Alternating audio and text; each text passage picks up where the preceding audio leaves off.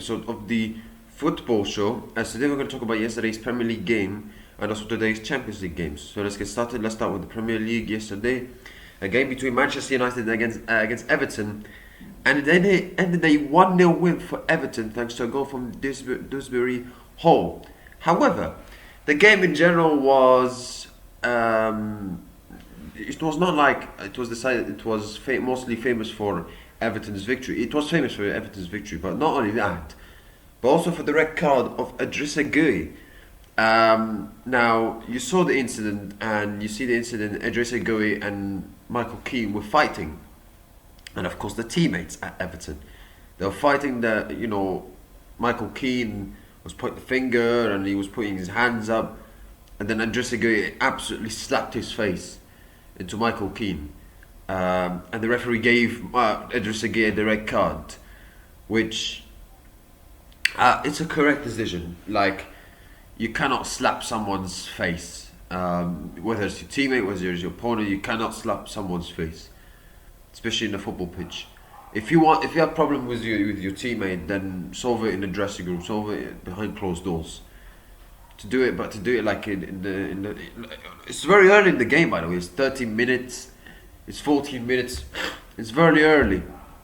And yes, sometimes the tension can be high, the pressure can be high, the tension boils, and then you want to do so well for yourself, for your team, you want your teammates to do so well. You are doing everything you can do to win, but at the same time, if you have a problem, like, tell someone's ear, for example. Tell him to someone's ear, or tell him, behind closed doors.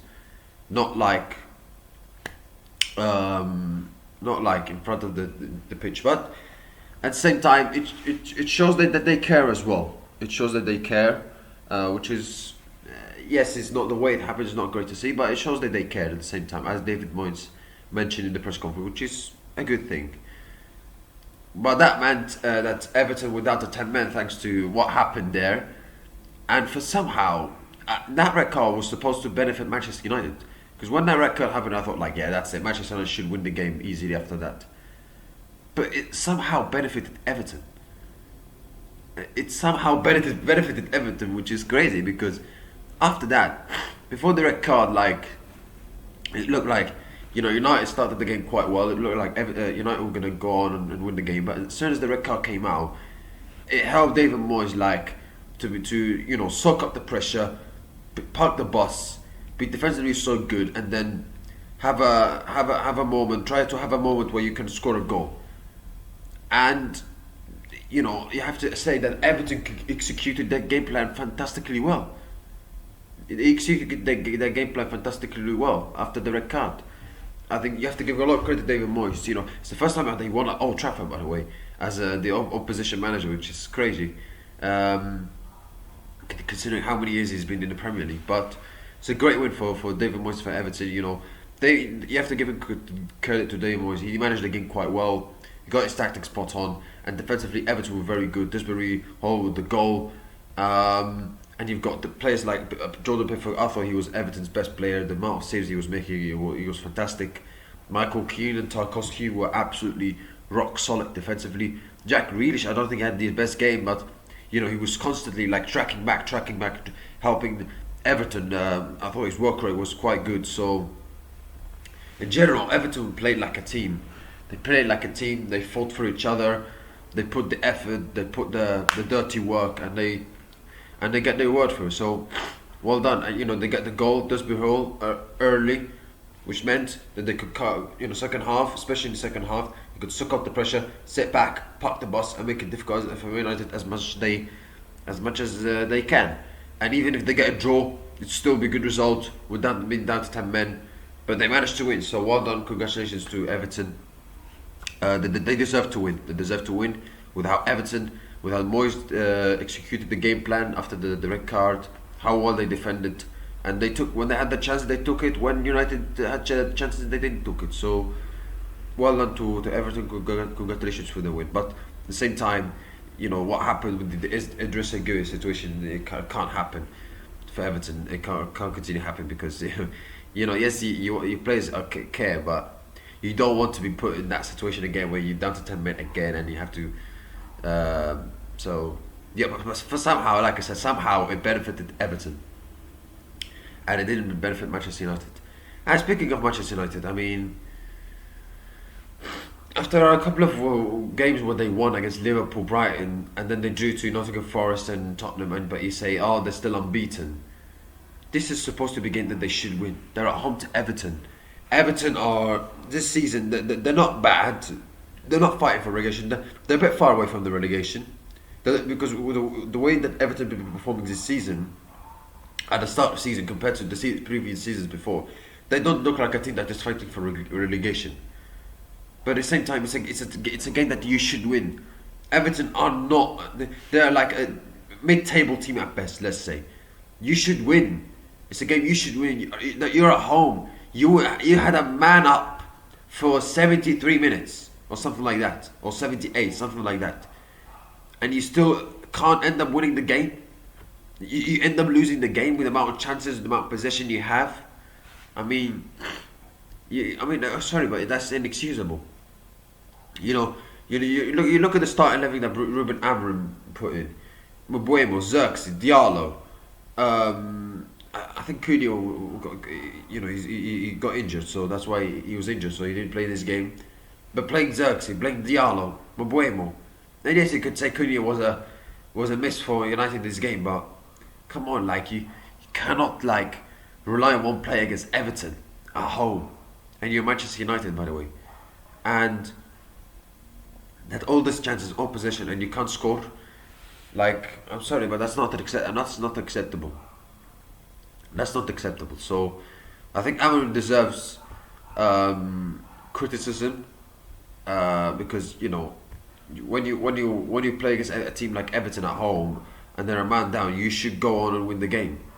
And for you to not capitalize on it, I mean, that's not acceptable. So, yeah, but yeah, great win for Everton, but quite disappointing for Manchester United's side. Let's move on to Champions League. As the champions is back. Yes, we've got Ajax against Benfica. Jose Mourinho's side have to win, considering they've had a difficult start to the Champions League campaign, losing 4 games. Ajax away, I'm going for a 2-2 draw. Galatasaray against Union Saint-Gilloise, I'm going for a 2-0 win for Galatasaray. Bodo Glimt against Juventus, I expect Juventus to win 2-0. 2-0 win for Juventus. Napoli against Karabag. Karabag have been very, very good in this Champions League campaign so far. And we all know what they did to Chelsea. But I expect Napoli to win. They're at home. They bounce back against Atalanta. I expect them to win. So 3-1 win for Napoli. Marseille against Newcastle United. Newcastle, they've been good in Europe. They lost to Barcelona, but they won against Benfica. They won against Union Saint-Gilloise. I think they won their last game against Athletic Bilbao, yeah, at home as well. So it's a game that they don't have to win Newcastle, but if they can get a point, that would be good, because obviously going away to Marseille is difficult because the atmosphere, the fans, they're going to be electric. So yeah, but obviously that win against Manchester City is for sure going to give Eddie Howe and the Newcastle players a huge amount of confidence, and then they can kick on and do well in their domestic form. But in Europe, obviously they've been quite good. They've won 3 of their four games. If you look at their remaining games in the Champions League, if you look at their remaining games in the Champions League, they've got Marseille away, then they've got Leverkusen away, then they've got PSV at home, and then PSG away. So they've got 3 tricky away games. I expect them to beat PSV at home, but they've got 3 tricky away games. They've only played 1 away game in the Champions League, which was Union Saint-Gilloise, which is a game that, with all due respect to Union Saint-Gilloise, it's difficult. It's different to compare to facing Marseille, Leverkusen, and PSG away, of course. So yeah, Marseille obviously with the electric atmosphere they're going to put in, PSG, the European champions, and Leverkusen, who they've struggled this season, but again they've managed to come back despite the difficult problems they've had earlier this season and be in 3rd position. So yeah, but it's a game that Newcastle will try to avoid losing, that's for sure. That's the first target for them in this game, and then if they can go and win the game, no problem. So, but my score prediction, I'm going for 1-1 draw in this game. Dortmund against Villarreal, I expect a 2-0 win for Dortmund. Chelsea against Barcelona. Chelsea in a good run of form in the Premier League, second in the Premier League, still in the Carabao Cup, still in all competitions. However, in the Champions League, they've been okay. They lost to Bayern Munich, and then they beat Benfica and Ajax. Should have beaten Carabao, but then they drew with them. And then they've got remaining games where they have to win almost all of those games if they want to have a chance of qualifying for the last 16 automatically.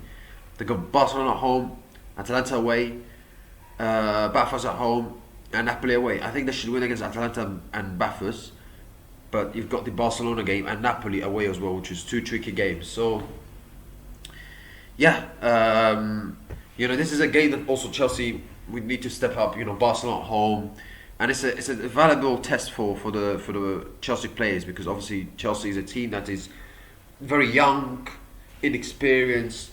So and also for Enzo Maresca, it's a very important game for them to prove a test, to prove a point, and how this kind of test facing against Barcelona in Champions League will be difficult for them. And yes, they coped with that test in the Club World Cup by beating European champions 3-0 in the final, but this is a different ball game. Barcelona, top team, quality team, and let's see how the Chelsea players and Enzo Maresca will deal with that. As for Barcelona, I mean, they've won a couple of games recently. They're 1 point behind Real Madrid in La Liga. Going forward, we all know they are a fantastic team. Going forward, they're electric to watch, but defensively, this is where they can improve. In the Champions League, they beat Newcastle and Olympiacos. However, they lost to PSG and they drew with Club Brugge. So you look at their remaining games, they've got Frankfurt at home, Chelsea away, Copenhagen at home, and Slavia Prague away. Slavia Prague and Copenhagen, they should win. Frankfurt, they should win. Chelsea, it will be difficult for them to win. They drew one and they lost one. If they win all the remaining games, they should qualify for the last 16 automatically. But I think if Barcelona don't win this game, it might be difficult for them to qualify for the last 16 automatically, and they might have to play in the playoffs. Because if you look at the teams who have to qualify for the last 16 automatically, they have to win every single game except drew, where you drew one and you lose one. So Barcelona have already drew one and lost one. So I think if they have to win their remaining games, which they could win against Frankfurt, Slavia Praha, and Copenhagen. Against Chelsea, let's see. So I think it's a game that Barcelona have to win. It's a game that Chelsea have to win if they will want to still have a good chance of qualifying for the last 16 automatically. So it's a very important game, very crucial game for both teams. My score prediction, I'm going for. Both teams like to go forward and score goals, but both defensively are not that great. So I can see it being a basketball match. So I'm going for a 2-2 draw in this game. Manchester City against Bayer Leverkusen. Manchester City would hope to bounce back after recent defeat against Newcastle. Pep Guardiola was asked about the question of when he attacked the cameraman after the Newcastle defeat. And he said, I apologize to him, I feel ashamed, I feel embarrassed when I see the images. By the way, I can understand why, after losing a game with the decisions that went against Manchester City in that game, I can understand why he was frustrated. You can clearly see, the way he was talking, especially to Bruno Guimaraes. But at the same time, to attack the cameraman and to copy his ear like that, when I saw those images, the way he did it didn't look great. So you can be angry, but you can't really blame the cameraman really for your defeat. I mean, but Pep Guardiola, sometimes he can be such a weird guy. But yeah, he apologized for it, and at least he learned from his mistake. But that was you can't really do that. You can't really attack the cameraman. It's kind of, it's inexcusable. But it's a game that City should have to bounce back, and they should win against Bayer Leverkusen at home. Leverkusen have started to bounce back after difficult early season struggles. But I expect City to win. I'll go for a 3-1 win for Manchester City. Slavia Prague against Athletic Bilbao. I'm going for a 2-0 win for Athletic Bilbao. That's it, guys. Thank you. I wish you have a nice day. See you next time, and goodbye.